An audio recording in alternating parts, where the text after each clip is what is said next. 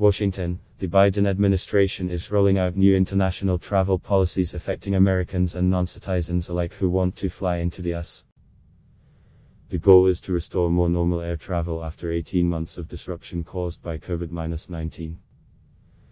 The across-the-board rules, which will take effect in November, will replace a hodgepodge of confusing restrictions.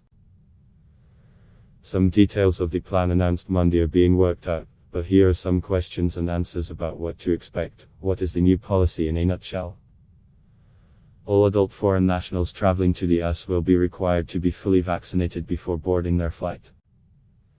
This is in addition to the current requirement that travelers show proof of a negative COVID-19 test taken within 72 hours of departure to the US. Once the vaccination requirement is put in place, the White House will ease all the country-specific restrictions on international travel that have prevented non-citizens who have been in the United Kingdom, European Union, China, India, Iran, Republic of Ireland, Brazil or South Africa in the prior 14 days from entering the US.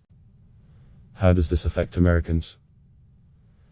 Fully vaccinated Americans will only need to show proof of a negative COVID-19 test taken within 72 hours of departure to the US. What about unvaccinated Americans? US citizens and permanent residents who are not fully vaccinated will still be able to fly to the US, but they will see tougher testing and contact tracing protocols.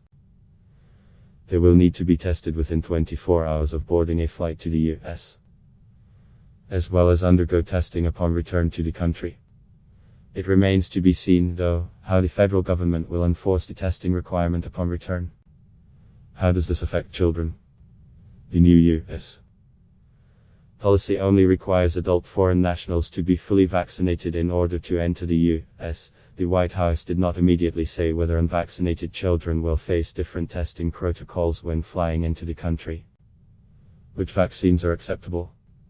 The CDC says the US will accept full vaccination of travelers with any COVID-19 vaccine approved for emergency use by the World Health Organization, including those from Pfizer, Moderna and Johnson & Johnson used in the US. Other vaccines are also approved by the WHO and used widely around the world, including from AstraZeneca and China's Sinovac, with varying degrees of effectiveness against COVID-19 and its more transmissible Delta variant.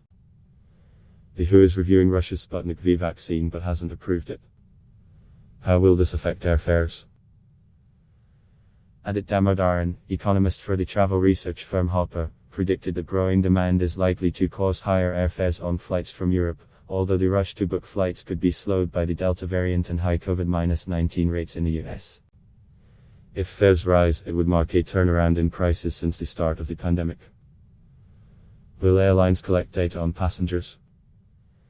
The CDC will require airlines to collect information about passengers and provide it to the health agency if it needs to conduct contact tracing. The airlines had resisted a similar change last year, when it was proposed by the CDC and eventually blocked by the Trump administration. What about travel over land borders? The administration's restrictions on crossing land borders from Mexico and Canada into the US are to remain unchanged for now. That means that in some cases fully vaccinated people from the two American neighbors will soon be able to fly to the US, but may not be able to make the same journey by car. How will this affect the travel industry? Analysts and industry officials think it will help. The U.S. Chamber of Commerce said lifting the current restrictions on international travelers will contribute to a durable recovery for the U.S. economy. Before Monday, the U.S. was on pace to lose $175 billion in export income from international visitors this year, according to the U.S. Travel Association. How have the current restrictions affected international travel? They have made it easier for Americans to visit Europe than the other way around. U.S.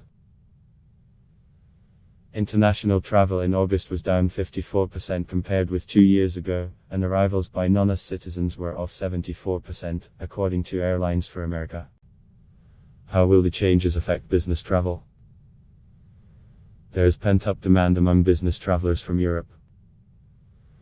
Foreign executives who have been vaccinated will no longer have to prove that their travel to the United States serves the U.S. national interest. Adblock test. Why?